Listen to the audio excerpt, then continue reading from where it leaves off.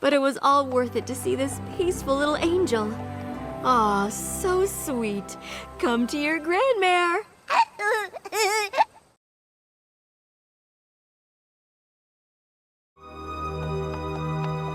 I'm guessing that's gonna make it hard to do the crystalline.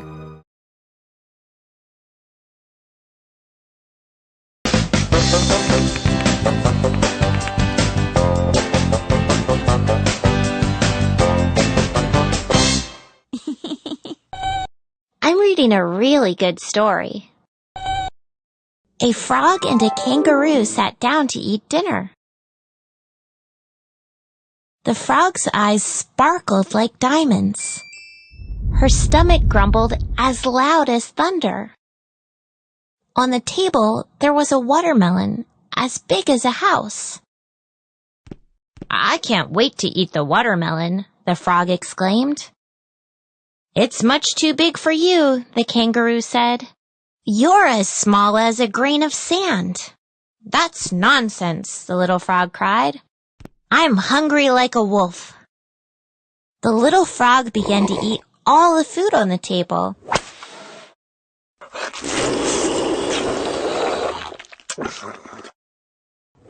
It even ate the silverware. The little frog became as big as a whale.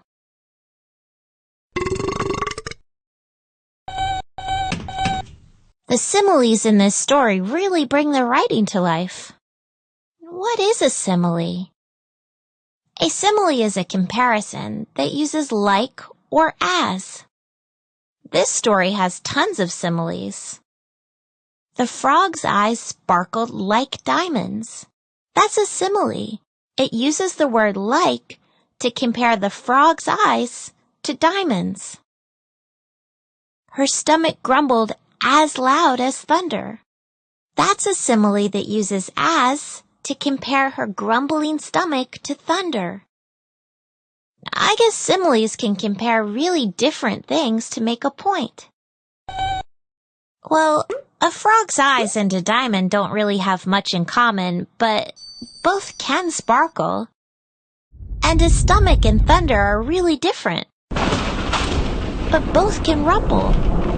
Authors use comparisons to help get their message across to a reader. How can similes help you understand what you read? On the table, there was a watermelon as big as a house. The simile uses the word as to compare the watermelon to a house.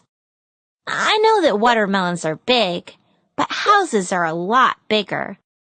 There's no way a watermelon could really be as big as a house. It's an exaggeration. An exaggeration is a claim that something is greater than it really is. Comparing a watermelon to a house makes me think it's a really big watermelon. That simile helped me imagine what things look like better. Similes can also help you imagine how characters feel. In the story, the frog was hungry like a wolf. I know that in Little Red Riding Hood, the wolf eats people. And in The Three Little Pigs, it tries to eat the pigs. So I know wolves are famous for being hungry. This frog must be really hungry if it's hungry like a wolf. Sometimes I read similes that are confusing, and it's hard to figure out what the author means. So, how can you figure out a simile? It helps to stop and think about what you read. Let's figure out what the author is trying to say with this simile, Moby. The field was like a swimming pool in January. The girl waited for her friends to come. First, we need to find out what the simile compares.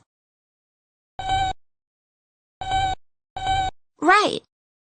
It compares the field to a swimming pool in January. What is a pool in January like? Well, it's winter in January and really cold in most places. A swimming pool is probably freezing.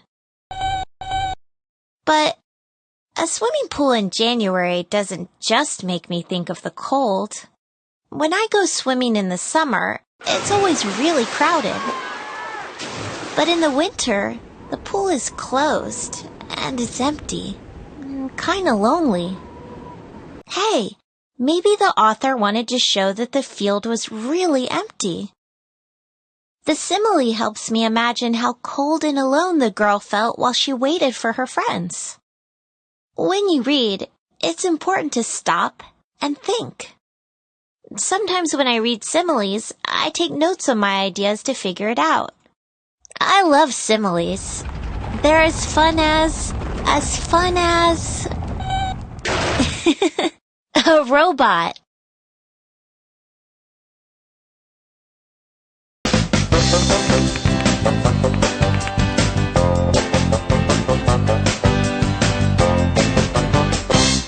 Ellen the elephant is very big. Right, she's large, and she's also enormous. Yep, she's massive too. You're right, she is colossal. All these words are synonyms, Moby. No, not cinnamon. Synonyms. What are synonyms? A synonym is a word that has the same or almost the same meaning as another word. I love watermelon. It's so yummy. Right, it's also tasty and delicious. Yep, this watermelon is scrumptious. These words have almost the same definitions or meanings, so they're synonyms. How can you use synonyms when you write?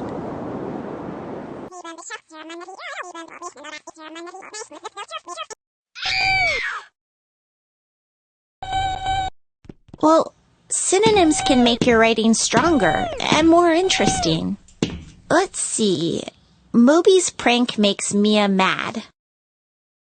I can find a much better word than mad. Moby's prank makes Mia angry. No, wait. Moby's prank makes Mia furious. The word furious has a similar meaning to mad, but it's a lot stronger. The right synonym can really help get your message across. But where can you find synonyms? Whenever I write, I like to keep a thesaurus handy. That's a dictionary, Moby. It tells you words and their definitions. A thesaurus is a book that lists words and their synonyms. This thesaurus also lists antonyms.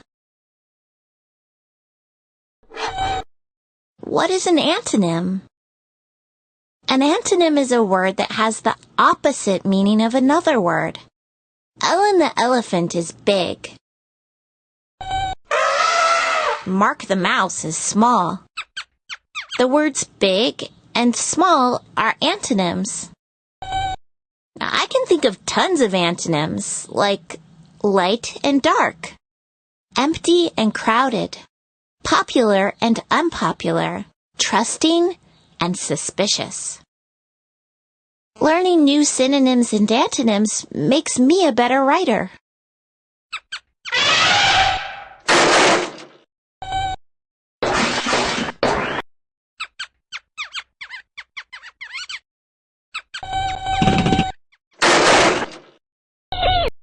It's just a tiny, little, miniature, itty-bitty mouse.